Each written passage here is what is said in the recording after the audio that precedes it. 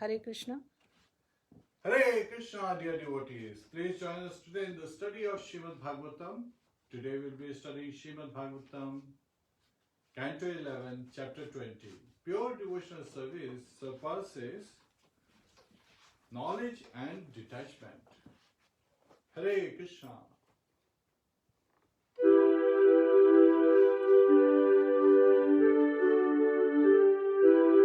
Jai Radha Madhava Kunj Bihari. Jai Radha Madhava Kunj Bihari. Gopi Jana Vallabha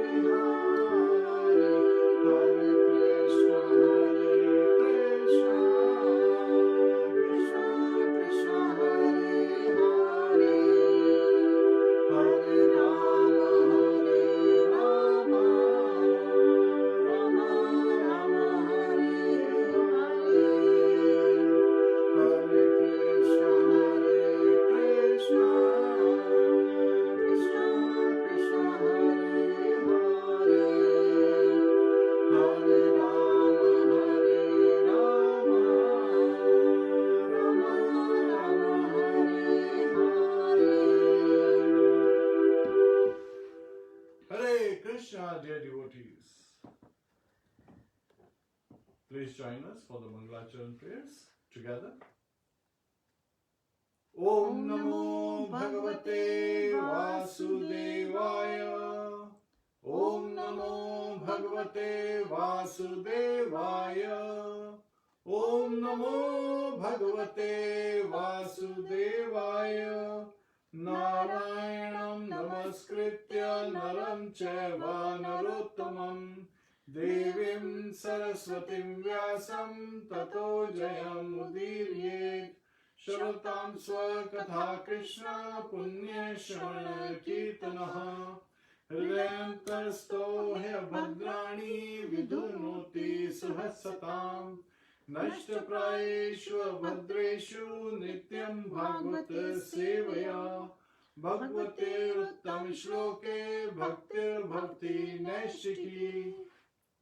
Hare Krishna, please join us in the recitation of the first verse of Srimad Bhagavatam, Canto 11, Chapter 20. Shri Uddhav Uvacha. Shri Uddhav Uvacha. Videscha Pratishedhascha. Videscha Pratishedhascha. Nigamo Hishvarasyate. Nigamo Hishvarasyate. Avekshate Arvindaksha. Avekshate Arvindaksha. Gudam dosham cha karmanam. Gudam dosham cha karmanam. Please. Shri Uddhav Uvacha. Shri Uddhav Uvacha. Videscha Pratishedhascha. Videscha Pratishedhascha. Nigamo Hishvarasyate. Nigamo Hishvarasyate. Avekshate Arvindaksha. Avekshate Arvindaksha. Gudam dosham cha karmanam. Gudam dosham cha karmanam.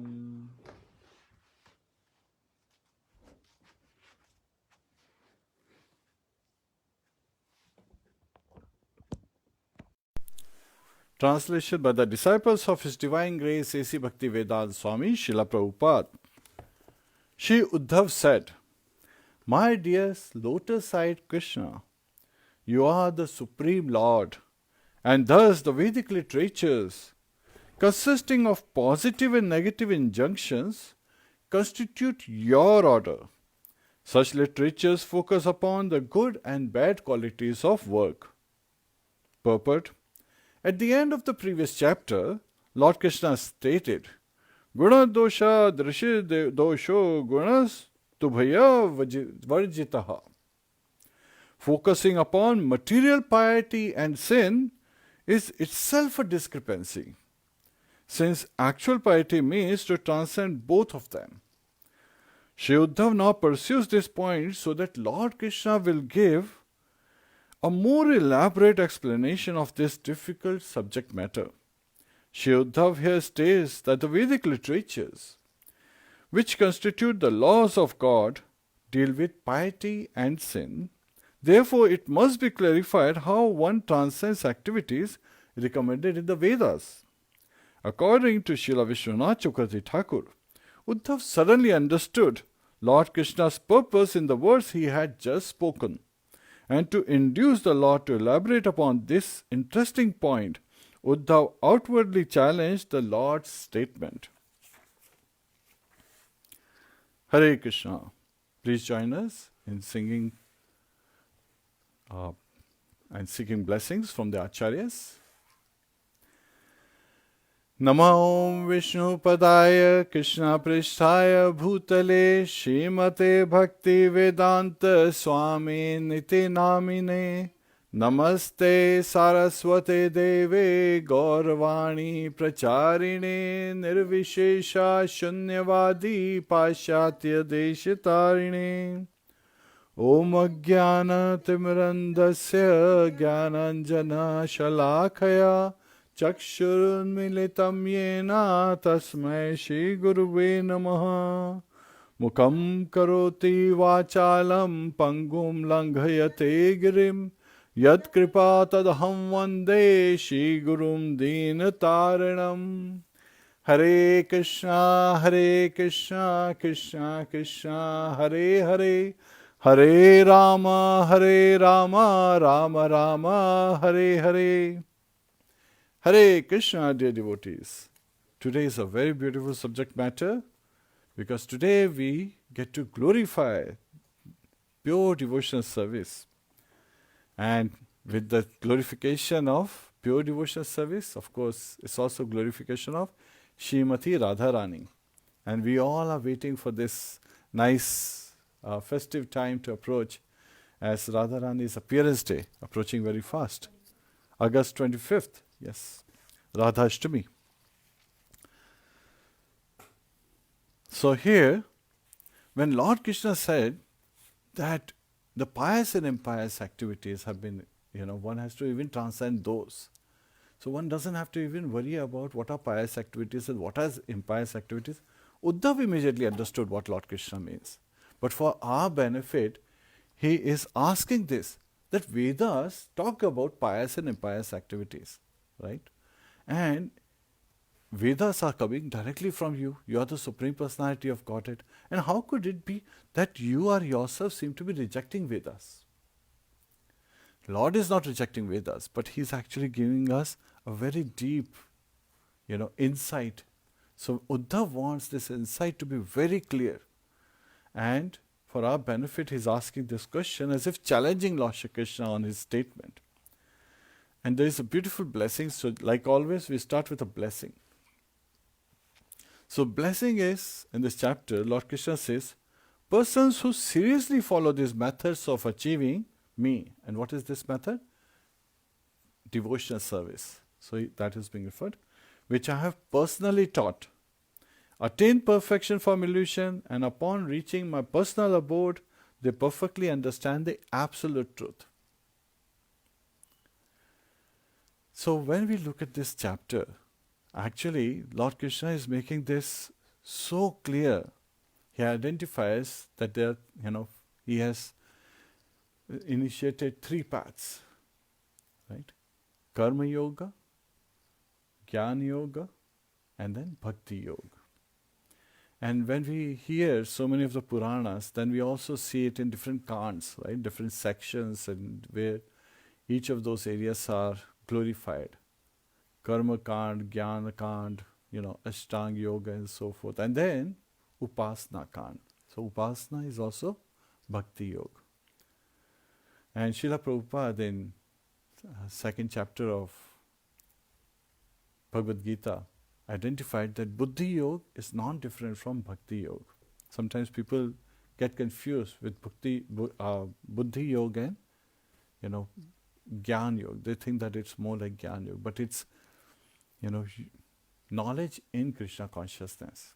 So when one is understanding properly Bhakti Yoga, with proper understanding, with proper knowledge, then we can directly relate to it. So if we want to understand this chapter, is actually this particular chapter reveals the truth and the deep meaning of one of the Brahma Samhita prayers. Advaitam achyutam anadi ananta rupam adyam purana purusham navayavanam cha vedeshu durlabham adurlabham atma bhakto govindamadi purusham tamaham bhajami. Lord Brahma is praying to Lord Shri Krishna there, glorifying him as the Supreme Personality of Godhead. The very invocation prayers were Ishvaraha Paramaha Krishnaha Satchidananda Vigraha Anadirādira Govindaha Sarva Karana Karanam. So there in the invocation prayer itself, Lord Brahma is glorifying that you are the Supreme Personality of Godhead, Ishvara Paramaha Krishna. And you are embodiment of eternity, knowledge and bliss. Right? And you are the cause of all causes. And and you are also known as Govinda, as we hear. So in this, here, Uddhav is also glorifying Lord Shri Krishna. He's calling him Advaitam. So there is no one who is as old as he or as equal as Lord Shri Krishna. Achyutam, the one who does not fall down, he's Achyuta. And Arjuna calls Lord Krishna Achyuta in Bhagavad Gita so many times, that because Lord Krishna, he never falls down from his position, he carries out his duties and his activities perfectly. So whatever he says is Veda. And Anadim, so there is no one who is older than Lord Shri Krishna. And Anantarupam, and he has unlimited expansions. So he has, Rupa means, his forms. So he has unlimited expansions, and he comes again and again, right? So, here Anantrupam, Adyam, and he is the oldest, Purana Purusham, the oldest person, and he is the Adi Purusham, and again he is the oldest one. Yet at the same time, sometimes people say, okay, if he is the oldest person, that means he must be looking very old. Then it is revealed, Navyavanamcha, even though he is the oldest personality, in the spiritual and material universes, yet he has a youthful form, Navyavanamcha. And now comes the important aspect, Vedeshu durlabhama durlabhamatma bhakta.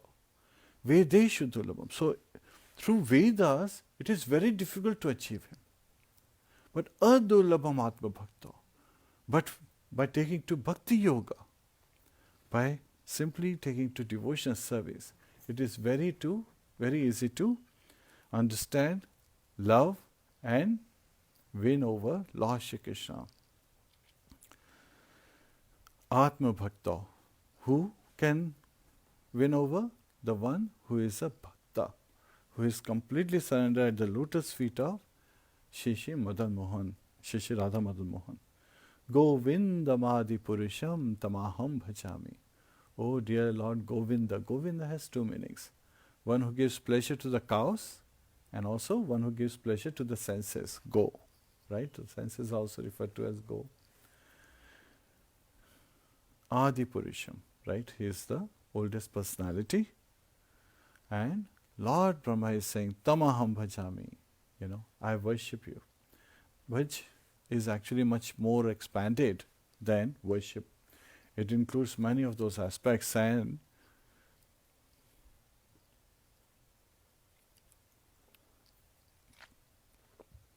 so here, Lord Krishna, understanding what Uddhava wants, he starts describing the glories of pure devotional service.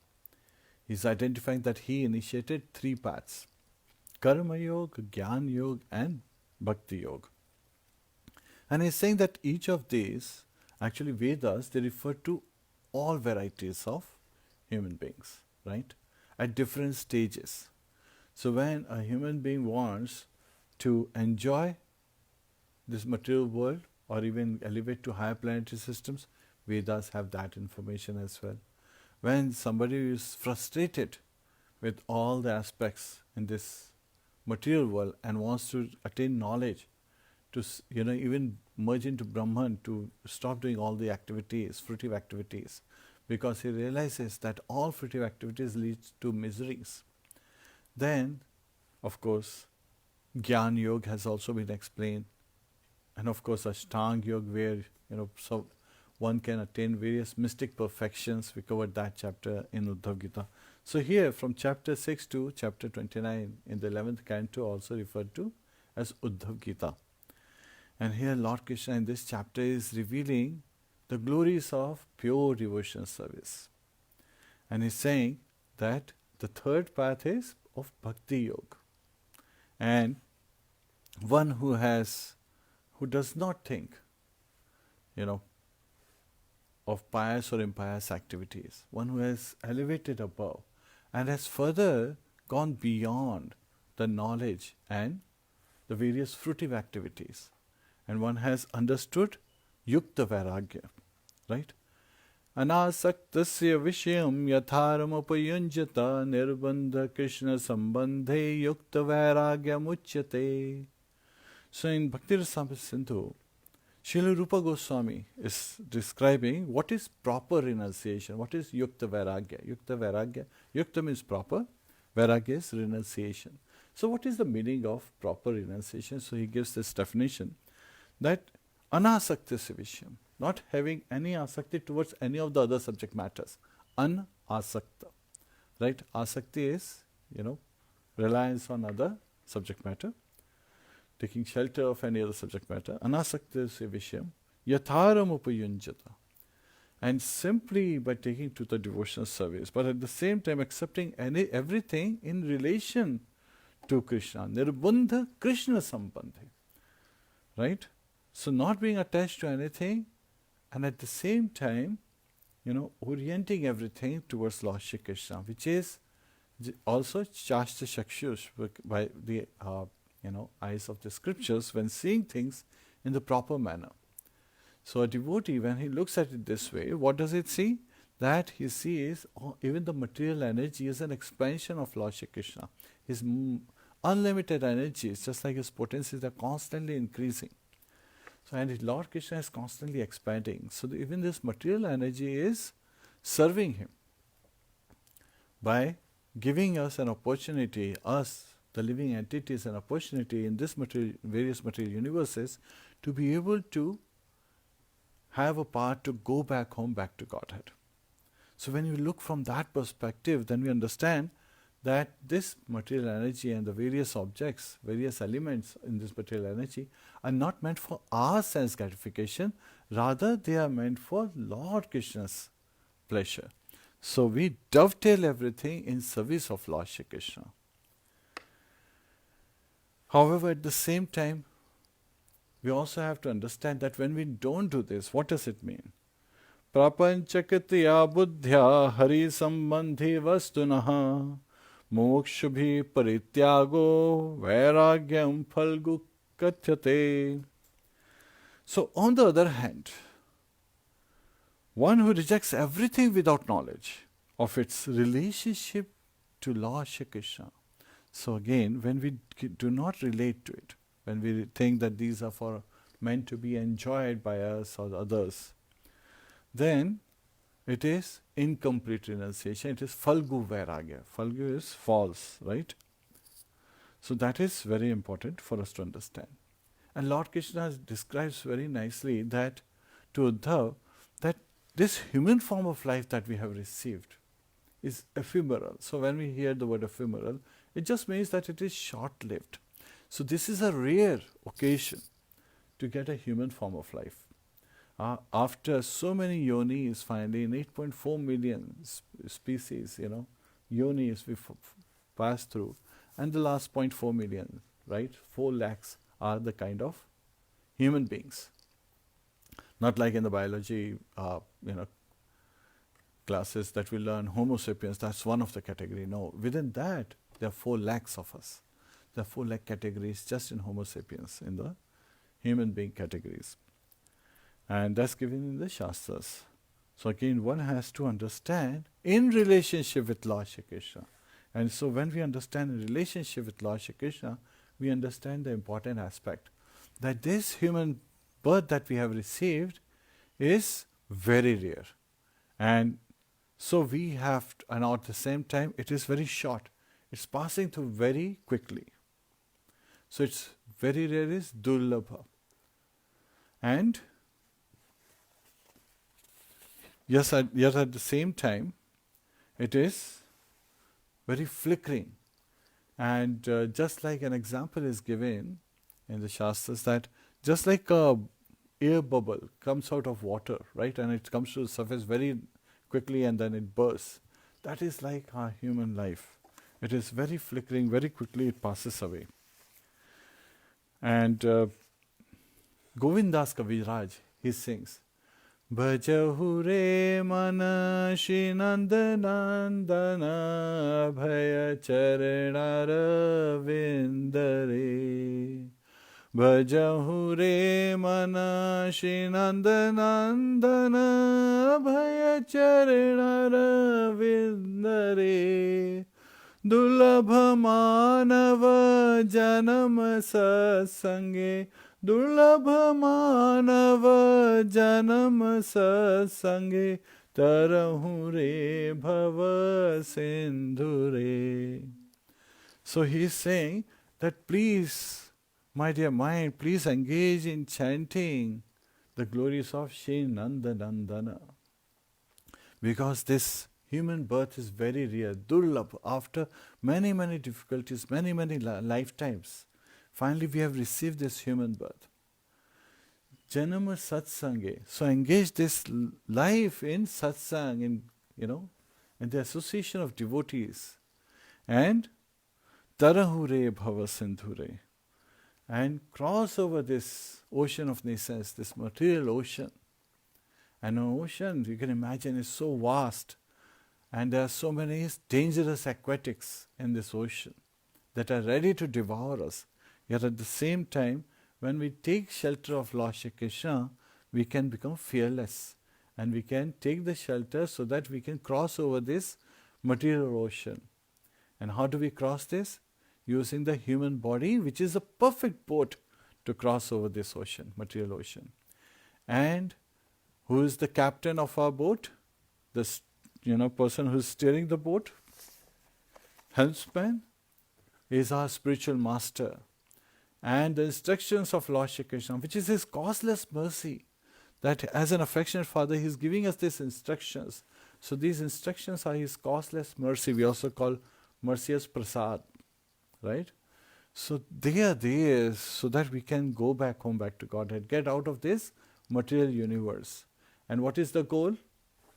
When we get on a journey, then we have a destination to go to, right?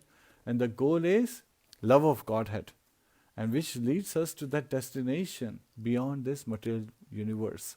So we are able to get out of this material universe. And when we say material universe, it is because of the sight that we think that this material universe is filled with various sense objects that we think that are meant for our enjoyment. But that is not proper thinking. We have to understand with the proper understanding that actually everything is related to Lord Shri Krishna, and He is Rishikesha. He is the master of senses. So instead of trying to enjoy our senses, we have to use everything in satisfying His senses, and then all our senses will be properly satisfied, and then we will have peace in our heart. Bhoktaram yagatapasam sarva loka maheshwaram surhidam sarva bhutanam gyato amam shantim richati. Lord Krishna reveals in Bhagavad Gita, Bhoktaram yagatapasam. So He is the beneficiary of all kind of sacrifices. Sarva loka maheshwaram. He is the supreme proprietor of all the material and spiritual universes. And surhidam sarva bhutanam. And He is the well-wisher, benefactor, our very best friend. And one who knows this, one who understands this, right? He is at peace. He attains peace. So we can be peaceful and we can be fearless, understanding that Lord Shri Krishna is the Supreme Personality of Godhead. Everything is His Sarva Karan Karanam. And yet at the same time, how do we take shelter of Lord Shri Krishna? That is also being identified. And so Lord Shri Krishna is identifying that one who has this perfect boat but does not take advantage, right? As Govindas Kaviraj continues to, chant, Shita atapa vatabani shana yedena yamini jagire Bifal sevinu kripana durjana chapala sukha labha lagire. So he is identifying that we shita atapa, in cold, right, and in hot weather. So winter and summer seasons, they are like extremes, right? This is the relativity. He is identifying the relativity of this material universe, where everything has positive and negative. But sometimes both are extremes, so we are not comfortable in either cases. And we are serving miserly men who are durjana, who are, devious, covetous men. And they are taking away of this very important life, the rare birth that we have received. And we are serving them. So again, chapala sukha labha lagire. So again, this is chapala means very quickly. And we are looking for this pleasure. And now, he is further identifying about the fallen soldiers. ye dhana yavana putra parijana ite kiya che parati tire Kamal dal jala jivan talamala bhajahu hari padani tire. He's saying, E dhana yavana putra parijana. All this wealth, dhana, yavana, the youth. Putra parijana means, family members, sons and relatives. These are all fallen soldiers, basically. And Kamala Dala Jala Jivana Talamala, instead of being attached to them, so it's not that we give them up, rather we understand that all our family members are Vaishnavas and Vaishnavis. And this is a great blessing of Lord Shri Krishna that He has allowed us to have this relationship. And we should all together be singing His glories. We all together should be serving Lord Shri Krishna, Shri Shri Radha Madan Mohan. And so we can all immediately take advantage. Otherwise what happens? Kamala Dala Jala Jivana Talmala. So if you see the lotus leaf, which is, it has a wax covering. So if there's a drop that falls, and sometimes we see when the rain is happening, the drops are falling on the lotus leaf, but because of the wax, it just rolls off very quickly. So we have to be very careful. That is like our life. That the time quickly passes on, and we don't come to know. Sometimes because of attachment, we are so busy that we are not paying attention. With the coming of days and nights, and passing of days and nights, our life is passing away very quickly. And in this affection, we are actually losing this, precious, the rare opportunity that we have received for our body to be, the human body is the only body which can be used as a boat to cross over this ocean of nations. And then he gives this formula, Govindas Kaviraj, he gives this formula how we can pass this. Shravana Kirtana Smaran Vandana Pada Sevana Dasyare Pujana Sakhi Jana Atma Nivedana Govinda Dasa Bhilashare. So he's identifying the 9 processes of devotional service, just in different order. Prahlad Maharaj said, Shravanam Kirtanam Vishnu Smaranam Pada Sevanam Archanam Vandanam Dasyam Sakhyam Atma Nivedanam. Shravanam is hearing, Kirtanam is glorifying, Smaranam is remembering Lord Shri Krishna. Pada Sevanam, again, serving the lotus feet of Shri Shri Radha Madan Mohan. Archanam, doing the deity worship. Vandanam, singing prayers to the Lordship. Dasyam, being a servant to Lord Shri Krishna. Sakhyam, being a friend to Lord Shri Krishna. And Atma Nivedam, surrendering everything in, pleasing Lord Shri Krishna. So, these are the 9 processes. And here, he is identifying Shamana Kirtana, Smarana Vandana. So again, same thing. Shamana Kirtana, Smarana is, hearing, chanting and remembering. And the interesting thing is, the first process itself, the first, devotional process, the service as we carry out by hearing, is the most potent form. Just by hearing, Parikshit Maharaj attains perfection by hearing Srimad Bhagavatam, and by reciting Srimad Bhagavatam to Parikshit Maharaj. Shukdev Goswami, Kirtanam. Kirtanam is glorifying. Kirti means glorify. So glories. And Kirtanam is when we glorify Lord Shri Krishna. Just by glorifying Lord Shri Krishna and by reciting Srimad Bhagavatam, Shukdev Goswami attains perfection. Smaranam, Prahlad Maharaj attains perfection by Smaranam. And then Vandanam. Vandanam is Akrura attains perfection by singing prayers to Lord Shri Krishna. Pada Sevanam Dasyare. So again, by serving the lotus feet of Lord Shri Krishna, Goddess Lakshmi, the goddess of fortune, she attains perfection. And then Dasya, Hanumanji, Bajrang Bali, he attains perfection by serving Lord Shri Krishna when he appears as Lord Ramchandra. Pujana Sakhi Jana Atma. So Pujan is the deity worship. And Sakhi Jana, being friend to the Lordship.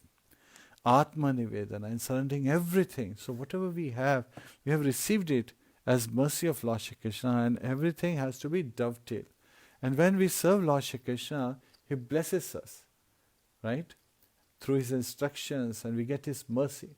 So when we take this boat, and the helpsman of this boat, the one who's steering this boat, is our spiritual master, right? So we have to take shelter. And that is the process Lord Krishna is identifying, that we have to take shelter of a bona fide spiritual master who appears in parampara. Tad vidhi pranipatena pariprashnena sevaya updekshyanti tajjnanam jnaninas tattva darshina. So we have to take shelter of a bona fide spiritual master who appears in disciplic succession. Disciplic succession is also referring to as parampara. So there are 4 paramparas, lineages that are coming. What are these 4 ones? First one is Rudra Sampradaya. So these are Sampradayas, disciplic succession. Rudra Sampradaya is coming from Lord Shiva. Vaishnavanam Yatha Shambhu. So Lord Shiva is the topmost Vaishnava. So there is a Sampradaya coming from Rudra Sampradaya. Then second is from Goddess Lakshmi, Shri Sampradaya. So in South India, Shri Sampradaya is also there. Rudra Sampradaya is also there. So Shri Sampradaya is more, prevalent in the south. So Shri Sampradaya coming from Goddess Lakshmi. And then third is Kumar Sampradaya. Kumar Sampradaya is coming from Chatur Kumar, Sanak, Sanatana, Sanandana and Sanat Kumar. So from them, Kumar Sampradaya is coming. And fourth, last but not the least, is Brahma Sampradaya, coming from Lord Brahma. And in this Sampradaya, Golden Avatar, Gauranga Mahaprabhu, he himself appeared by giving us this amazing gift of pure devotional service. Chaitanya Mahaprabhu is none other than Antar Krishna Bahar Radha. He is Radha Krishna together. Lord Krishna wanted to taste the pleasure that Radharani is getting. In her devotional service. Radha, the word Radha comes from Aradhita. Aradhita means the topmost worshipper. So topmost worshipper of Lord Shri Krishna is Radharani. From her very name it is clear. So when he wanted to, feel the ecstasy that she is feeling, he decides to come as a devotee, his own devotee. And then Radharani knew that if Lord Krishna comes with her mood, the ecstasy he would feel, but at the same time, he would fall unconscious many times because of the ecstatic symptoms that would appear and in ecstasy, and he would get hurt. So she could not bear that Lord Krishna, when he falls down and he is walking, through the forest lands and so forth, he would be hurting himself. So she decided to be his external covering so that she protects Lord Shri Krishna. So that is the mood of Radharani. She is his Aladini Shakti. So she is his pleasure-giving potency. How can she bear for him to get even, an experience of a minute pain? So it is because of her compassion. She only wants to give him pleasure. So she herself, by her example, is showing that true love is in giving, not in taking. Yes, we accept, but we don't take. We want to give, pleasure to Lord Shri Krishna, Lord Hrishikesha, the master of the senses. And then we accept whatever is the remnants. By his mercy, it purifies us and it satisfies us so that we get purified in the process.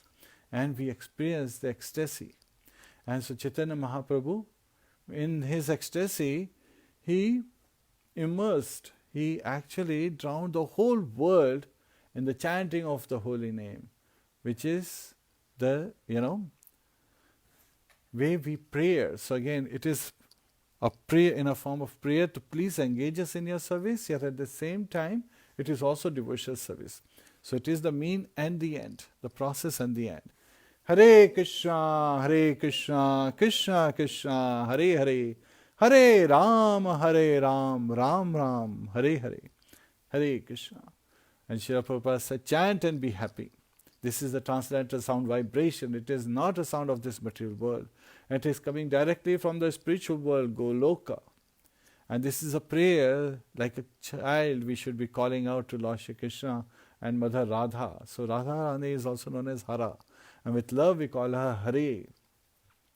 And like always, in the Vedic culture, as we see again and again, Mother, we are calling out to Mother before we are calling out to Father. And this is a constant theme, right? When we call out to Lord Shri Krishna, Radharani is included, Hare Krishna. When we call out to Lord Ram, we call them as Sita Ram. So Sita is always before Ram. So we are calling her. We are calling out to Mother because Mother is more affectionate than Father. And if Mother says, asks Father to give us His mercy, Father, even though if we had approached directly, we may not have received it. But because we are approaching Mother, who is more affectionate, we get the blessings of Father, the Supreme Father, Lord Shri Krishna. And we are calling out to Mother Hara, Mother Hare, saying that please Mother, oh please my dear Father, Lord Shri Krishna, please engage me in your service. And Srila Prabhupada, many times he had identified in his lectures, in his prayers as well, that we should constantly be praying, oh my dear Lord, because of my, improper attitude, I'm paraphrasing, I have fallen in this ocean of naissance and I'm constantly facing one misery after another. He gave this very nice example, Srila Prabhupada, that when you are in the ocean, when you have fallen in an ocean and you are being hit by the waves from all directions, what are you going to do? Do you want all the waves to say, stop, I'm here? You should basically just stay calm. No, that will not happen. Rather, we have to make an endeavor to cross over this ocean. And one of the simple ways is by chanting of the holy name, because this human form of life is a perfect boat and we want to carry it out with Sankirtan Yajna. So we talked about like Lord Krishna is the beneficiary of all sacrifices. And the Yajna for this age is Sankirtan Yajna. So last time when we discussed this, somebody asked, how could you say Sankirtan Yajna? Because Yajna means you do fire sacrifices. Well, in the Shastras, there are different type of yajnas for different ages. They have been identified. Krite tadadhyayate vishnum tretayam yajato make dvapare paricharyayam kalo tadhari kirtana. In Krita Yuga, Satyug, Vedas appeared, right? And people were austere. So the 4 limbs of religion, they were all intact. Austerity, cleanliness, mercy, and truthfulness. So people could perform various kind of austerities and they could meditate on Lord Shri Krishna. So by meditating on the Supreme Personality of Godhead, that was the yajna for Satyug. Tretayam yajato make. So with cleanliness, with austerity going away because of intoxication. The only 3 limbs were remaining and cleanliness was there, so people could perform the 3. Lord appeared in the form of the Varnashram Dharma was again manifested, the 4 Varnas, 4 Ashrams, and the 3 kind of sacrificial fires. So one could engage in sacrificial fire. So yes, Yajna is there for Treta Yuga. And Dvapare Parichayam, serving the lotus feet of Lord Shri Krishna.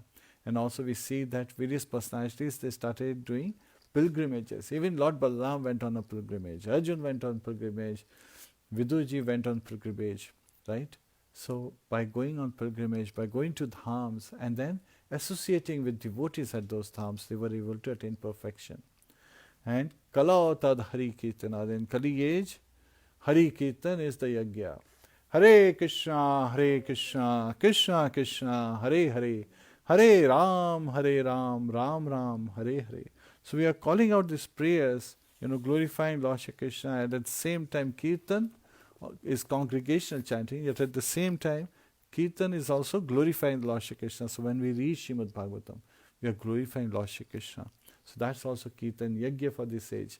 When we are doing Kirtan, right, when we are singing songs in prayerful mood, asking for the mercy, of the Lordships, then also it is Kirtan. So Kala Tad Hari Kirtana. So in this Kali age, Hari Kirtan is the Yajna. And in 12th Canto we will be covering. Shukdev Goswami reveals that what is the influence of this Kali age. Kalera dosha nidhe rajan asti he eko mahan guna kirtana deva krishnasya mukta sangha param vrajet. So, Kalera dosha nidhe rajan. So, Shukdev Goswami is telling Parikshit Maharaj that this age of Kali is an ocean of faults. Dosh is fault. Nidhe is like Nidhi, right? It is an ocean of faults. Asti hai eko mahan guna. However, it has one great quality. Kirtana Deva Krishnasya. Just by glorifying Lord Shri Krishna. Mukta Sangha, so one can detach themselves from this material, world. So because of the various sense objects, the fruitive activities, one can get delivered from them. Param Vraja then attains the topmost abode, Vaikuntha, can go back home, back to Godhead.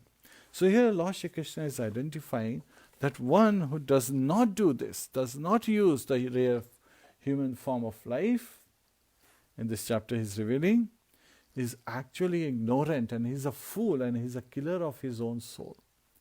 So now sometimes people get surprised. So it is used more as an atishokti, as a like extreme example. We all know that soul does not die, yes? We are all eternal. Jivera Surupaya Krishna Nityadas.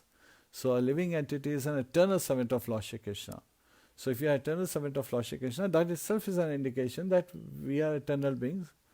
You're right, Satchidanand Vigraha. So again, we are qualitatively same with Lord Shri Krishna, but we are quantitatively different. He is like an ocean, we are like a drop of the ocean. He is unlimited and we are limited in quantity. And he has unlimited potencies, we have limited potencies. And he has unlimited energy, we have limited energy. And his energy and potency are constantly increasing also. Sometimes people would challenge, Srila Prabhupada, they ask, a whole group, they were just basically going to different religious leaders and they were asking that can your God create a stone so heavy that he cannot lift? If the answer is yes, then he is not God according to them because he cannot lift it. So when they asked this question, Srila Prabhupada said yes, Krishna can create a stone so heavy that he cannot lift. But then Balaramji will lift it. On another occasion when the same question was asked, his response was, yes, Krishna can create a stone so heavy that he cannot lift. But the very next moment, he will have energy enough, he will have the strength to lift it up. Because his potencies are expanding, constantly expanding. So this is God, right? We all understand that God is great. But when we hear the glories of Lord Shri Krishna, we understand how great he is. And now he is basically identifying that when one is engaged in devotional service, so again he is also identifying who takes to Karma Yoga, who takes to Jnana Yoga and who takes to Bhakti Yoga. Karma Yoga is for people who are materially attached. They have this unlimited desire to enjoy various sense objects in this material world. And so being bound, being attached, they take to Karma Yoga. Who take to Jnana Yoga? Jnana Yoga are the people who have tried these fruitive activities and they have tried pious and pious and they have realized that actually everything that we do, because if we are seeking for sense gratification, that it is causing misery. So it will not be the right solution. So they are frustrated from it and they decide that okay, we want to attain the knowledge, what's what. And analytically we want to, understand this material universe so we can cross over. Yet at the same time there is one fault in Jnana Yoga when somebody takes to Jnana Yoga. Jnana Yoga doesn't have any fault. It is the practitioner when they take to Jnana Yoga, they just change their goal. Instead of sense gratification, they want to merge into Brahman. And that is the fault, because by thinking of merging into Brahman, they want to become God, which is a bigger offense, right? Previously, as a Karma Yogi, one is thinking that I can become, like opulent and I can enjoy this material universe, and they, even following Vedas. So it is not that the Vedas that we have received have any fault. It is the way we use it, right? The mentality that goes behind. That's why Sutta Goswami in the first canto itself reveals Akamaha sarva kamo va moksha kama udaradhi tivrena bhakti yogena yajate purusham param. Akamaha sarva kamo va. If you have no desire, akama. So it doesn't mean that we can stop having any desire. This is referring to the bhaktas who don't have any desire for sense enjoyment. Rather, all their desires are to give pleasure to Lord Shri Krishna. And we talked about to give pleasure to Lord Shri Krishna is to have him, Ahladini Shakti, pleasure potency, Radharani. So again, indirectly it is telling us that we take shelter of Radharani, so that Lord Krishna achieves pleasure. So we are basically going through the mother to give pleasure to Lord Shri Krishna. Sarva kamova. And if one has desire to enjoy all kind of, sense objects in this material world, seek sense gratification, unlimited. Sarva kamova. All kind of desires, material desires is referring. So when this particular mindset comes, then one is thinking that, okay, this material universe is separate from Lord Shri Krishna. He created this material universe and he has gone to sleep. That's one of the way people sometimes may think. So they have this unlimited desire to satisfy their senses. And senses are like fire. And trying to satisfy senses is like putting clarified butter in fire. Do you think the fire, dies out? No. It will only die out when the fuel is disconnected. Right? So when that happens. However, the same solution has been given. Mokshikama, and this is for the Gyan Yogis who are actually thinking to, merge into Brahman. So Mokshikama, they are thinking for liberation. And different people have different definition of liberation, Srila Prabhupada, and different purpose. Sometimes people feel liberated because when the miseries are gone. So they are attracted by the flickering of like sparks in the dark. And they think that is liberation. Sometimes people think of liberation is like, in this material universe, we talk about the ocean, right? And the waves are hitting us from all time, from all directions. And sometimes there is some gap between the waves as they are hitting us. And we get this breath of relief. Sometimes people think that as liberation. Another example that is given is like when, like people are being tortured, and the way they are tortured is first their head is put into the water, and then people are looking at the clock to just, when your life is about to leave your body, your soul is about to quit your body, at that time you have been taken out and you feel this, just this breath of air you take, and before you can even properly take it, you're put back in the waters, right? Sometimes people feel that as liberation, that moment of relief, the small moment, the short moment of relief, they think that as liberation. Again, mokshikama. But in reality, liberation is to be able to go back home to Vaikuntha planet. So that's another way of looking at liberation. So that's what is actually meant in the Shastras. But sometimes people, they look at liberation in a different manner. Sometimes they say, if I can get out of these tough situations, I'll feel liberated, I'll feel relieved. Relieved is another way of saying that. So, and if somebody is seeking moksha, right, to get out of this material universe, to get to to get to the spiritual universes, Vaikuntha. Vaikuntha. Va means without, Kuntha is miseries. A place where there is no misery. And one of the disciples, Srila Prabhupada, asked him, Srila Prabhupada, how can this earth, how can it become a Vaikuntha, right, place of no misery? Srila Prabhupada said, only if 2% of human beings can become devotee. If they become devotee, 98% can do whatever they are doing. This planet Earth would become Vaikuntha. And here in this particular chapter, Lord Krishna is revealing. So again, we are talking about this verse, Akama sarva kamova mokshikama udarati. Tivrena bhakti yogena. So with great enthusiasm, one should be engaged in carrying out devotional service, to please Lord Shri Krishna. Bhakti yogena. Yajyate purusham param. Whose service? Purusham param. Param Purusha, the Supreme Personality of Godhead, Lord Shri Krishna. So when one engages with any of these desires, not having any personal desire, but rather to satisfy Lord Shri Krishna, having all kinds of desires, even having a desire to attain liberation, to get to Vaikuntha, when one engages in serving Lord Shri Krishna, what is the effect? Well, when a devotee is engaged, automatically yukta vairagya, proper renunciation is in order, because he is just seeking to serve Lord Shri Krishna. And he is not taking the path of karma or jnana. We also discussed the definition of pure devotional service in previous classes. We'll also cover it quickly. So, a bhakti who is a pure devotee, right? So what is pure devotional service? That's a common theme. People may be curious. Anya bhilashita shunyam jnana karmadya navritam anukulena krishna anushilanam bhakti ruttama. Anya bhilashita shunyam. Not having any desire for self. But at the same time, it's not anya bhilasha shunyam, it is anya bhilashita shunyam. So whenever a devotee feels danger, he immediately takes shelter of Lord Shri Krishna. So yes, that desire to take shelter of Lord Shri Krishna, to seek protection of Lord Shri Krishna is there. That's why it is Anyabhilashita, not Anyabhilasha. Jnana Karmadya Navratam, I mean, not covered by any monistic knowledge, right? The Jnana Yoga is being misunderstood by people. If it's done properly, then it attains the same goal, love of Lord Godhead. Yet at the same time, when done improperly, it causes one to, get bewildered and miss out the very goal of life.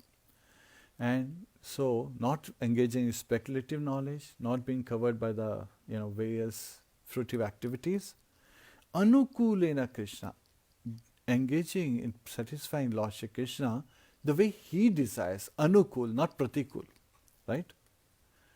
So, anukulena Krishna, anushilanam, and following the footsteps of acharyas in serving Lord Shri Krishna, the various process of devotional service, engagement in devotional service, Bhakti Ruttama is pure devotional service. So that is the definition of pure devotional service. And Lord Shri Krishna is revealing to Uddhav in this chapter that when one takes to Bhakti Yoga, right, he doesn't have to go through Karma Marg or Gyan Marg. Basically, automatically, Bhakti is janani of Gyan and Vairagya, knowledge and renunciation. So if that is the case, a devotee automatically, is getting the knowledge. And sometimes people get bewildered. How is it possible that the devotees who are just engaging in kirtan day and night and engaging in, devotional service, how could they be getting this? So Lord Krishna reveals in Bhagavad Gita how that happens. Teshamevanukampartham aham ajnanajam tamaha nashamyatma bhavasto jnanadipena bhasvata. Tesham eva anukampartham, by the anukampa, by the causeless mercy of Lord Shri Krishna. Aham ajnanajam tamaha. So Lord Shri Krishna says, jnanadipena. So with the knowledge of, the light of this knowledge, he drives away the darkness of ignorance from the heart of a devotee. Lord is residing in everyone's heart as super soul. So he, with the lamp of knowledge, he drives away the darkness. So Krishna Surya Sama Maya he andhakara. Jaha Krishna taha nahi Maya radhikara. Lord Krishna is like sun and Maya is like the darkness. So if Lord Krishna is present, then how can there be any darkness? Just like where sun is there, how can there be any darkness? How can there be any Maya when Lord Krishna is present? So the influence of Maya goes away, which means a devotee, when engaging in devotional service, is transcending the three modes of material nature and is able to situate himself. Now by taking to Karma Yoga and Jnana Yoga, it is very interestingly described. There are two ways. So Acharyas have revealed, Srila Bhakti Vinod Thakur as well as Srila Jiva Goswami and Vishwanath Chakravarti Thakur, they all explain in their purpose extensively as when a devotee is engaged in devotional service, automatically the knowledge is there and the detachment is there, the Yukta Vairagya is there. So one is able to easily cross over. But what happens when one is engaged in Karma Yoga and Jnana Yoga? What is the result? So in this chapter, Lord Krishna further explains, that when one is engaged in Karma Yoga and Jnana Yoga, there are two ways we can engage from Bhagavad Gita, chapter 17 and 18 we come to know. We can either be engaged as a matter of duty or with love and devotion.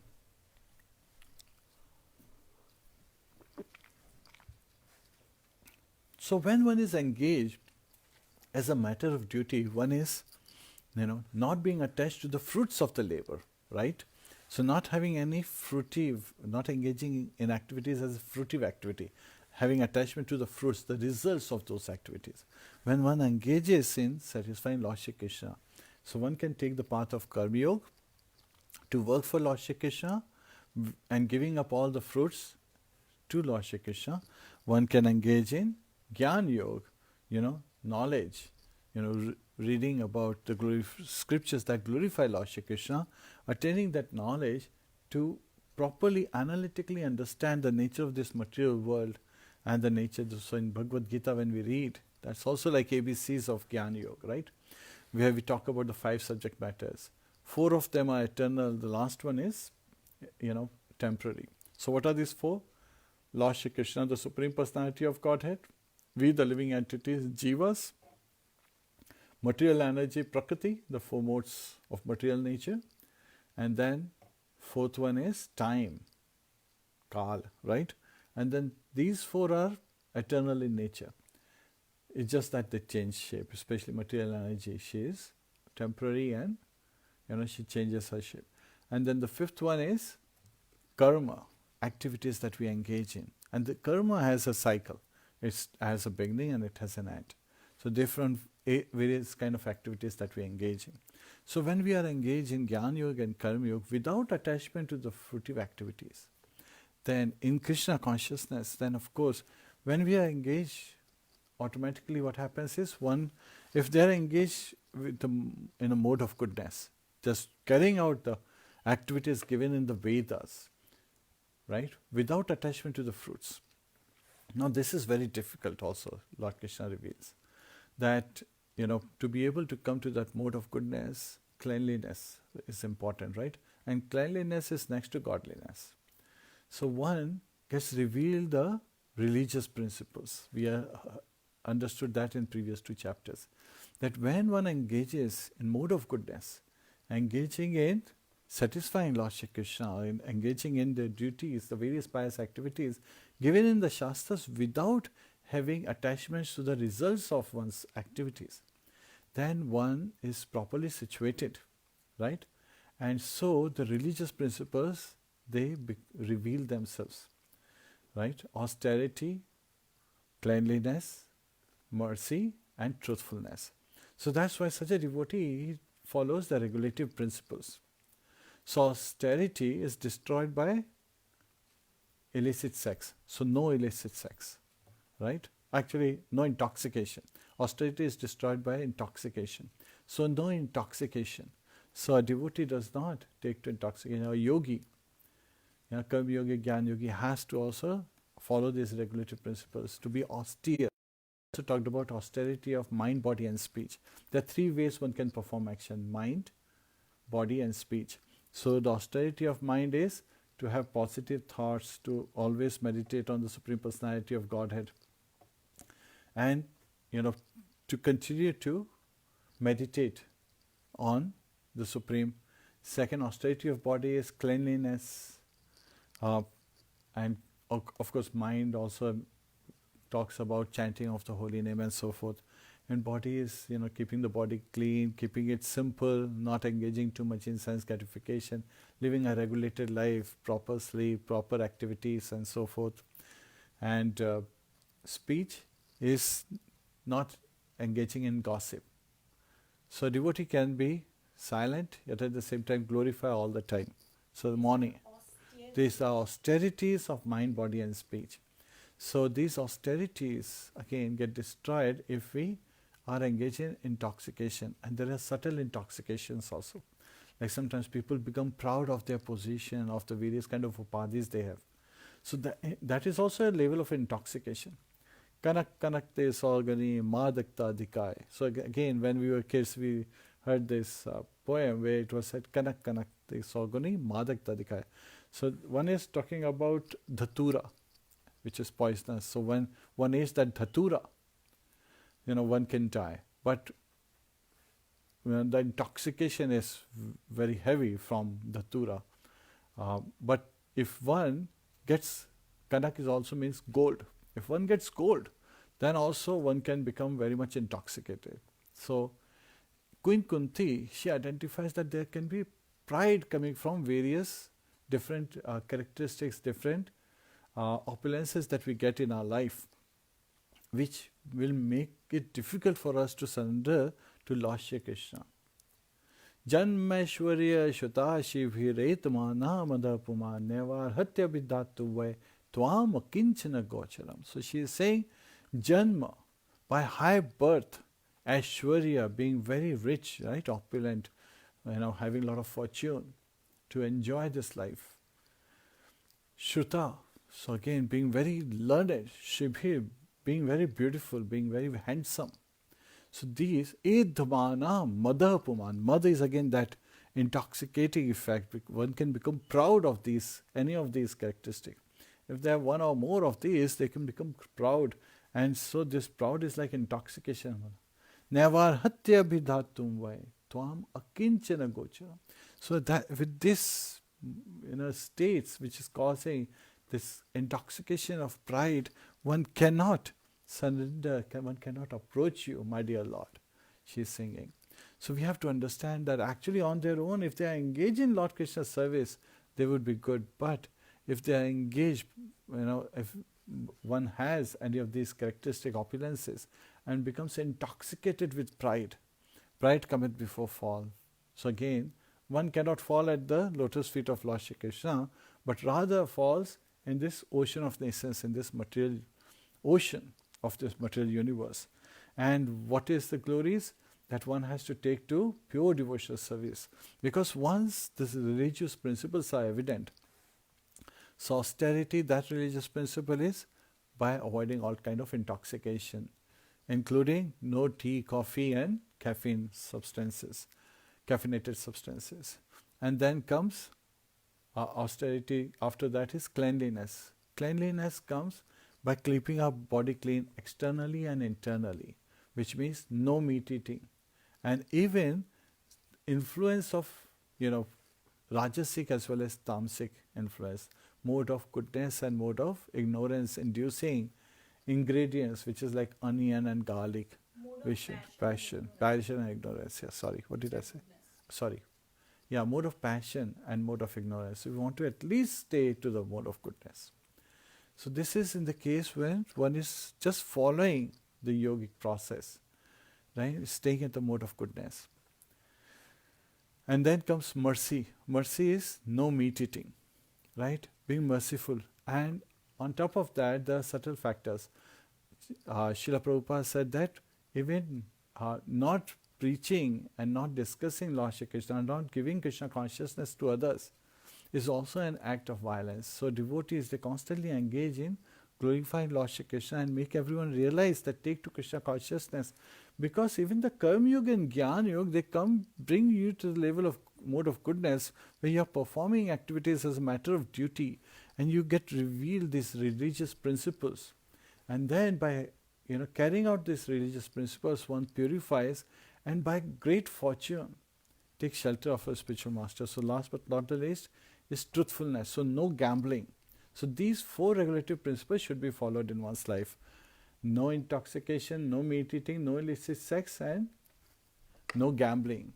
And then, requesting, how do you get love of Godhead? That's the important factor, because you have only come to the mode of goodness. And even mode of goodness is the material mode. So what is that level? After following Karma Yoga and Jnana Yoga process, you come to this level, and how do you get love of Godhead? Then Chaitanya Mahaprabhu reveals the secret. Hare Krishna, Krishna Krishna, Hare Hare, Hare Ram, Ram Ram, Hare Hare. By taking to the chanting of the holy name, by taking shelter of a bona fide spiritual master and following the instructions, because our spiritual master is the helpsman, he is the one who is steering our boat of this human life by giving his instructions. And the instructions of Lord Shri Krishna, there is causeless mercy, they are the favorable winds that trigger us. So we have to use our intelligence, we have to use the various abilities we have in this life to, take shelter. And this is love of God. It is not something that you can directly demand. This is a great privilege. So we have to call out to the Lordship, just like a child calls out to its mother, that, oh, please, Radha Rani, oh, Mother Radhe, please engage me in your service. So, Mother Radhe and Father Lord Shri Krishna, please engage me in your service. And with that, mood of humility and tolerance, with that love and devotion, when we engage ourselves, all our senses, fully engage, especially our mind, try to control the mind and bring it back to the lotus feet, then we have hope. So we're always hoping against hope. And yet at the same time, sometimes people say, why can't we directly approach Lord Shri Krishna? So Lord Krishna is Madan Mohan, yes. He can enchant even the Cupid. Madan is Cupid. Mohan is one who enchants. So he's an enchanter of Cupid. Kandarpa Koti Kamaniya Vishesha Shobham. In Brahma Samhita, it is said that Lord Krishna's beauty surpasses the beauty of a crore of cupids. That's like 10 million cupids. So that's his beauty. So he can easily attract, Madan Cupid. Yet at the same time, Mother Radha, Radha Rani is known as Madan Mohan Mohini. Right? So one who can attract, enchant even Madan Mohan, who's an enchanter of Cupid. And Hara, Hara, another name in Holy Mahamantra is Hara, Hare, we call, with love. So Hara is called with love as Hare. And Hara means one who can take away, one who can steal away the heart of Lord Shri Krishna. So she is his Alahadini Shakti. So she is his pleasure-giving potency. So when we engage in our loving devotional service, we want to give pleasure to Lord Shri Krishna. How can you give pleasure to someone without a pleasure-giving potency? So she is already included in that. So we are approaching through her so that Lord Krishna feels the pleasure and blesses us for our purification. So when we are approaching Lord Shri Krishna, we are approaching for our purification. And bhakti is janani of jnana and vairagya, knowledge and renunciation. So it is by renouncing the fruits of one labor in karma yoga, one cannot attain love of Godhead. By taking to Gyan Yoga, one cannot attain love of Godhead. It's only by following this process, one has to come to the level of Bhakti Yoga and then engage as a practitioner, as a Bhakta. So engage in Bhakti Yoga to be able to attain love of Godhead. So that is the glory of pure devotional service. Not being covered by fruitive activities and speculative knowledge and all kind of, even Sankhya Yoga and various other, knowledge which can sometimes make our heart hard. No, we don't want our heart to become hard. We want it to be churned with this, in the glories of Lord Shri Krishna. Constantly churn, by meditating on the lotus feet of Lord Shri Krishna, by, thinking of his name, form, activities, pastimes constantly. And yes, our mind is flickering, right? It runs away. But we have to bring it back. And yet at the same time, not get attached to this body. Sometimes when we look at the Vedas, right? And Vedas talk about, as Lord Krishna was explaining, that they discuss different subject matters. And people, who are looking to enjoy karmis, when they are looking to enjoy and even elevate to the, heavenly planets, they engage in various kind of sacrifices as per Vedas. So, but then, even the demigods, they are wishing that, because there is so much, multiple times, thousands of times more sensual enjoyment, so they are not able to focus on devotional service. And in that case, they are at loss. And they glorify the human form of life, basically, because in human form of life, with a combination of happiness and distress, we are in this perfect situation that we can take shelter of Lord Shri Krishna. We can engage in devotional service. It is very difficult to engage in devotional service in heavenly planets where you are constantly immersed in sense enjoyment. Yet a devotee constantly engaging, glorifying Lord Shri Krishna, doesn't matter where he is properly situated. Now in hellish conditions, hellish planets also, there is constant, anxiety and the constant punishment being, the constant suffering is going on. So in suffering also it is very difficult to glorify Lord Shri Krishna. So again, that's why the earthly human form of life is glorified. So this is a perfect boat we should take to. And time is passing very quickly, so we should be very much serious about our life. We should understand, why am I here? What is the purpose of this human form of life? Why is there suffering in this world? How can I get out of this suffering? And it is not in any other form, but in human form of life we have this opportunity, which is a perfect boat that we can get out. Yet at the same time, mind is flickering, and how do you control the mind? So Lord Krishna reveals to Uddhav that just like an expert horseman, he lets the horse, he wants to subdue a horse, he wants to control a horse, to tame the horse, he lets the horse take its course in due time. But, very expertly he orients the horse in the right direction so that he can achieve the destination and able to tame the horse. So it is not that you stop the horse and you discipline. So again, anyone who's an expert horseman can understand this. There are various examples in our life that we can understand this analogy that Lord Krishna gives. In our current time, there are various realizations as we were discussing, like when we sit in a plane, sometimes, we could be going north, right? Our destination may be in the north direction, but the plane, on its runway, the runway is going towards south. So what does a pilot do? He takes the runway. He doesn't say, no, I cannot take this runway, it's heading south, right? Especially if you go to Boston, where, it's facing south. But if you're going to north, going to Canada or some other place, then you cannot say, no. The pilot cannot say, I have to have a runway that's facing north.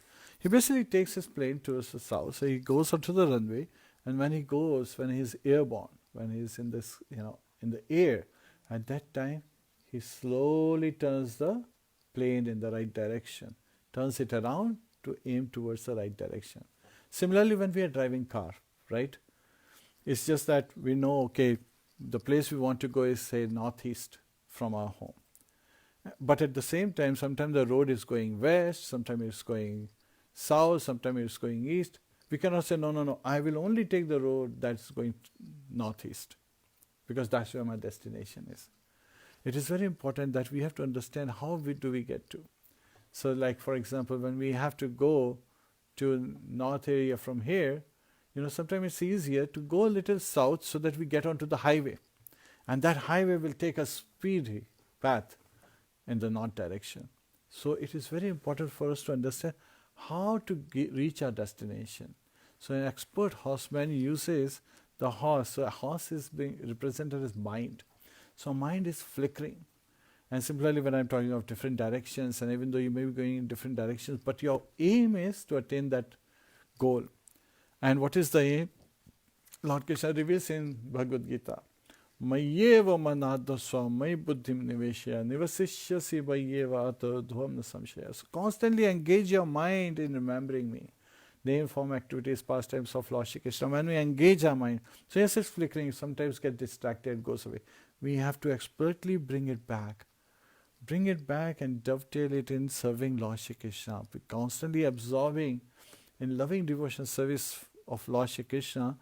So this way, our mind, when flickering, is our worst enemy, can become a best friend when constantly engaged in meditating on Lord Shri Krishna. And that is samadhi. One can attain samadhi, and with this samadhi on name, form, activities, pastimes, associates and devotees of Lord Shri Krishna, we can attain love of Godhead, which only comes by the mercy of Srimati Radharani. So only by the mercy of Mother can we get. So when we offer something to Lord Shri Krishna, Lord Krishna says, Patram pushpam phalam toyam yo me bhakta prayachati. So you can offer me a leaf, a flower, a fruit and little water. So when we offer it, so again, when we offer to the Lord Shri, we actually offer it on behalf of our spiritual master, who is offering on behalf of his spiritual master and so forth. And finally, the Adi Guru, right? Lord Balaram is the Adi Guru, Nityananda Prabhu is the Adi Guru. So they are offering. And Lord Krishna is identifying that when we engage in his devotional service, no matter what are the desires, he takes away those desires, he purifies us. And he accepts us because his bhavga is Janardana. He sees the love and devotion. He sees the humility and tolerance that we are showing and engaging in devotional service in the right mode. So he understands the essence, right? He understands the heart, the way the offering has been made. And Lord Krishna says, Ye yatha mam prapadyate mam statha bhajamyaham mama vartmanu vartante manushyaha partha sarvashaha.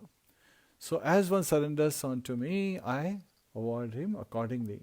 So when we surrender in devotion, Lord awards. So Lord Krishna is revealing this to Arjun in Bhagavad Gita, in the 4th chapter, that he awards the person accordingly. So when we serve God with love, he reciprocates back with love. When we take one step towards Krishna, Krishna takes 10 steps towards us, right?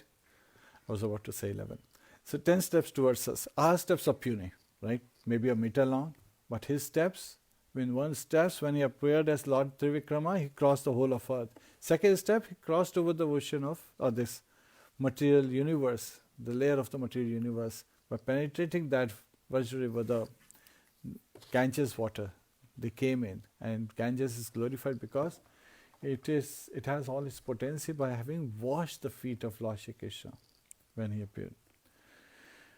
So we have to be very much unattached, not being attached to the heavenly planets, not being attached to the hellish conditions, right? Because in Karma Yoga and Jnana Yoga, when one is performing the various ritualistic activities as per Vedas, if there is a little mistake, it would cause to impious reaction, a sinful activity, which will lead to punishment. So we should not be, thinking attached to the fruits, because we'll have to suffer in that case. So we should be like a bird that leaves its nest, when the tree is cut, where its nest is located, and thus can be happy. So a bird, is able to leave the nest. So this example is being given by Lord Shri Krishna to Uddhava, is basically identifying that we, living entities, jivas, we are actually like the bird in the nest, in the tree, right? And this body is like that tree. So when the body is relinquished at the time of death, we leave this body. At that time, we should continue to meditate on Lord Shri Krishna and not be attached to the body, not be attached to the earthly, things, not be attached to the family members. That attachment is at the body level. So we should not be bodily attached as an expansion of our body, seeking sense gratification. Because when we think, so again, it is our mindset that needs to change. We should be attached to the devotees of the Lord, yes. So when we understand that all our family members are Vaishnavas and Vaishnavis, and we all are engaged in Kirtan of Lord Shri Krishna, glorifying Lord Shri Krishna, then that Vaishnava attachment is encouraged. Because then we are thinking of everyone as servant of Lord Shri Krishna, and our mind immediately turns back to Lord Shri Krishna. We dovetail ourselves in meditating on the beautiful form of Shri Shri Radha Shyam Sundar, and so we can attain the supreme destination. And we, so even if we get the next body, so just like the bird, leaves this tree which has been cut by men who are like death personified. So that has been given in the analogy Lord Krishna is discussing and revealing to Uddhava. So a bird attains happiness by becoming not attached. So that's bodily attachment. Bodily attachment because of the various upadhis this body has. While there is only one upadhi the soul has. Jivera sarupoya krishnera nityadas. Our living entity is eternal servant of Lord Shri Krishna. So we should constantly be serving Lord Shri Krishna. That's why Bhakti Yoga is not just called as Bhakti. Srila Prabhupada called it as devotional service. It's an active engagement. And so the bird achieves happiness in another place. Vasudeve Bhagavati Bhakti Yoga Prayojita Janyatyashu Vairagyam Jnanam Chayada Hetukam. So by engaging in devotional service, one automatically gets knowledge and renunciation, Jnanam and Vairagyam. So it is not but Jnana and Vairagya one attain perfection, it is but Jnana and Vairagya, one comes to the level that one can engage in devotional service, Bhakti Yoga. So one has to take shelter of Bhakti Yoga, one has to practice Bhakti Yoga to be able to come out of this world, this material universe. And so one who is engaged in this piety and sense, so again, even in the heavenly planets, if one goes, even there the demigods are constantly engaged, the great sages are constantly engaged in following the Vedas to improve their life and even the lifespan. And various other activities, various other desires that they have to enjoy in this material world. So there is no solution if we are attached to the fruits of the labor, right, of the various activities. So we should not be engaged in fruitive activities. Yes, we should carry out our prescribed duties. We should carry out our swadharma, which is prescribed duties as per the injunctions given in the Vedas, but without attachment to pious or sinful actions, without having that attachment only for the pleasure of lordship. So when we carry it out, then it is purifying. Otherwise, even in heavenly planets, there are miseries there. The demigods are always fearing someone else is going to take their position. They're always fearing that the demons are going to attack. They're always fearing that if I don't, improve my situation, then I may have to suffer all kinds of tribulations. So, material universe is a place of miseries. Dukkhalayam ashashvatam. So everything is temporary in this material world, because when we look at it from material eyesight, right, from that vision, and that's why param drishtva nivartate, we have to seek higher taste. We have to have that param drishtva. Drishtva also means higher vision. So we have to get the right understanding. And there is a very nice example given in the purposes in the previous chapter as well. It was given that when one is eyes are infected, when one has cataract, and then they go to the surgeon, and the surgeon can do the operation and remove the cataract, that defect in the eye, and one gets to see properly. So yes, that's why we take shelter of the surgeon. And who's the surgeon? Our spiritual master. Our spiritual master can give us the right eyes through which we can see. So he can give us the right chakshus.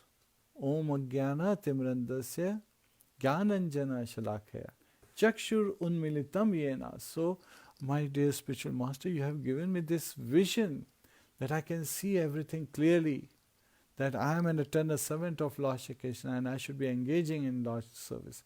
So when even following Karma Yoga and Jnana Yoga, one can only come to the level when they can practice Bhakti Yoga. Follow the 4 regulative principles, minimum 16 rounds of chanting every day, that's minimum. And 25 on special festive occasions like Radha Ashtami, which is coming, Ekadashis, these are all Madhav Tithis, they are Bhakti Janani.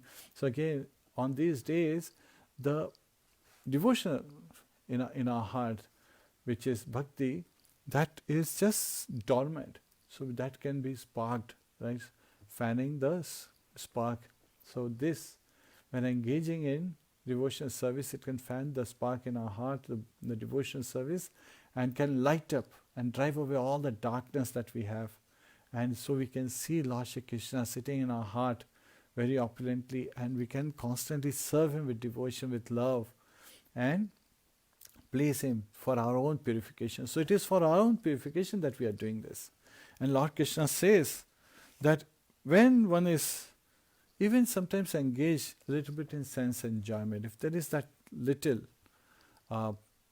tendency there, then a devotee, when engaging in devotional service with love, with devotion, then even though somebody could get a miserable result, and a devotee is constantly repenting this desire, that sensual desire that he has, then Lord is so merciful that He removes all that impurities, all those anarthas are driven away by engagement in devotional service. So it is not that when you are engaging in devotional service, now you have to engage in, improving your knowledge or, practicing karma yoga. No, you don't have to do that. Just by taking to devotional service, it provides you all kind of purification, so you can be rightly situated. And if one does go back, so acharyas reveal that if one does go back and if there is this tendency of sense enjoyment, then one can only be engaged in Shant Rasa. So there are 5 rasas, right? 5 relationships in the Vaikuntha, that one can engage in. First is Shant Rasa, like the grass, the trees, like the pillow. Everything is alive in the spiritual world, right? So even the pillow, a cloth or something like that is alive. And it only experiences transcendental bliss or ecstasy when Lord Krishna touches it, or the devotee, they use it in service. So that is Shant Rasa. Dasya Rasa is being a servant to Lord Shri Krishna. So that's another. So the 5 rasas we are discussing. Sakhya Rasa, being a friend to Lord Shri Krishna, just like the Gopa boys, they are, being friends to Lord Shri Krishna. And then Vatsalya Rasa, just like Nand Baba and Yashoda Mai, they are serving their Lala, Gopal, right? Lord Krishna as Govind.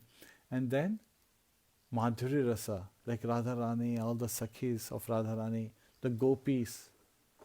And so they are constantly surrendering everything. And this is the glory of Vrindavan. When Lord Krishna is telling this, then basically he is identifying that just by serving in this manner, without considering pious or impious action, when one just surrenders to me and serves me for my pleasure, then one doesn't have to fear anything or any kind of reaction. And in Bhagavad Gita, this is the final instruction Lord Krishna gives to Arjuna. Sarva dharmam parityajya mamekam sharanam vaja aham tvam sarva papebhyo mokshishashmi ma shuchaha.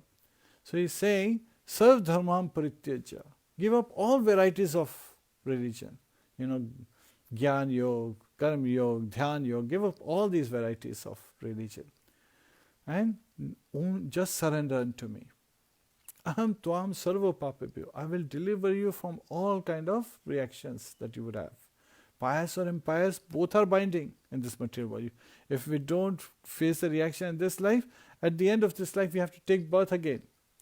But if we take shelter of Lord Shri Krishna, then whatever activities we engage in, we don't have to worry. There is no pious or impious reaction in that case.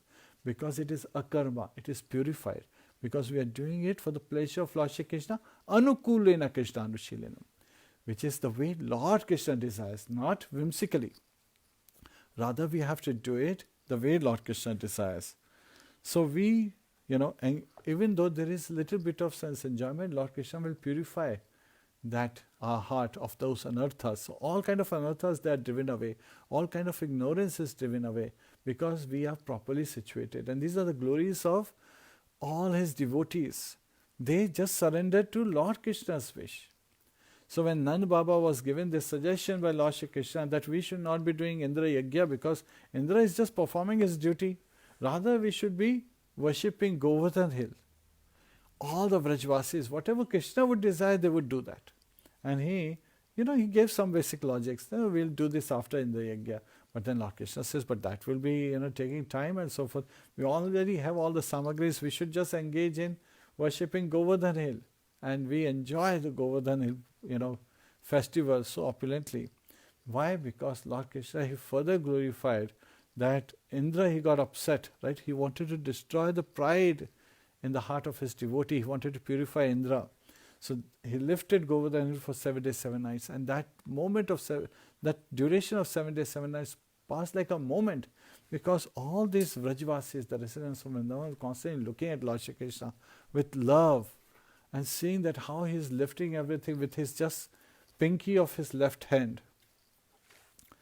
So here he is saying that the knot in the heart is pierced. So gunas are also like ropes. So they tie us in different knots. So the knot of the heart is pierced and all misgivings are cut to pieces. All kind of anarthas are destroyed just by taking to devotional service. And the chain of fruitive actions is terminated. So all our actions become purified when we engage in devotional service and we get to the right mindset, we get the right vision. When we see Lord Shri Krishna as the Supreme Personality of Godhead.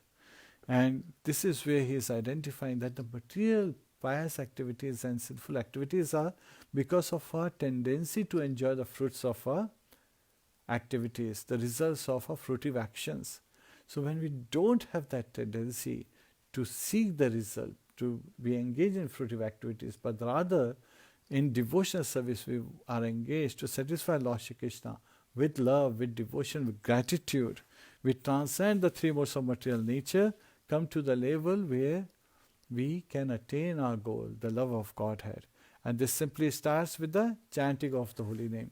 Hare Krishna, Krishna Krishna, Hare Hare, Hare Ram, Ram Ram, Hare Hare. Hare Krishna. So this is where the chapter ends, where Lord Krishna describes to Uddhava as how by taking to devotional service, a devotee doesn't have to worry about the pious and impious activities. Various examples have been given. And a devotee, no matter where he is, like King Chitraketu, he was, he desired to enjoy heavenly pleasures. So he was with the ladies of Vidyadhara's planet, and he was on this airplane. He was traveling by singing glories of Lord Shri Krishna. Shukdev Goswami, he did not want to be under the clutches of Maya. So Lord Krishna drove Maya, material energy, away.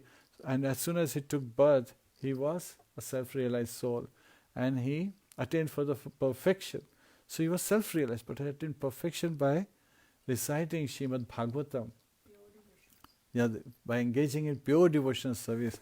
So just by reading Srimad Bhagavatam, by hearing Srimad Bhagavatam, we are blessed with the pure devotional service. And when we become pure devotee, we already are in Vaikuntha. We are spiritualized. We have transcended the three modes of material nature. And the various examples are given, like Bhim. He just took to what Lord Krishna said. When he fighting with Jarasandha, Lord Krishna said, split his body into two by showing the straw, splitting into two and putting them differently. Bhim understood, he carried it out. When Bhim was giving the signal to hit Duryodhana below his waistline, Bhim just followed it, irrespective of thinking whether there is a reaction or not. Right? Whether it is a positive reaction, negative reaction. Lord Krishna says this, I will do it.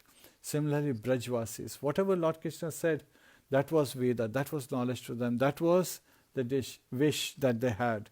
So they just followed the wish of Lord Shri Krishna. And Lord Krishna is also, though Nandanandana, he is the king of all. He is also Vajreshwar. So again, we also see Lord Shri Krishna as being taken all in all by all the Vrajvasis. Gopis, they would do anything to please Lord Shri Krishna. Radharani, she would go through any kind of situation. So, with love and devotion, we should be serving Lord Shri Krishna, anukulena Krishna anushilinam, the way Lord Krishna desires and not whimsically. And with this mode, we can perfect our life, we can, attain the goal of this life, the love of Godhead, and that should be our motive. What is our motive? To please Shri Radha Krishna, Shri Radha Madan Mohan, with the mercy of Srimati Radharani. So here today we understood, and we discussed and we studied the glories of pure devotional service. And Radharani, she is personified of this love for Lord Shri Krishna as his pleasure-giving potency, as his pleasure potency, Aladini Shakti. So please, my dear devotees, take to the chanting of the holy name. Hare Krishna, Krishna Krishna, Hare Hare, Hare Ram, Ram Ram, Hare Hare. Hare Krishna. Hare Krishna. Gantra Srimad Bhagavatam ki jai, Srila Prabhupada ki jai, Ananta Kori Vaishnava Vrinda ki jai, Nitaya Go Premanande, Hari Hari Bol.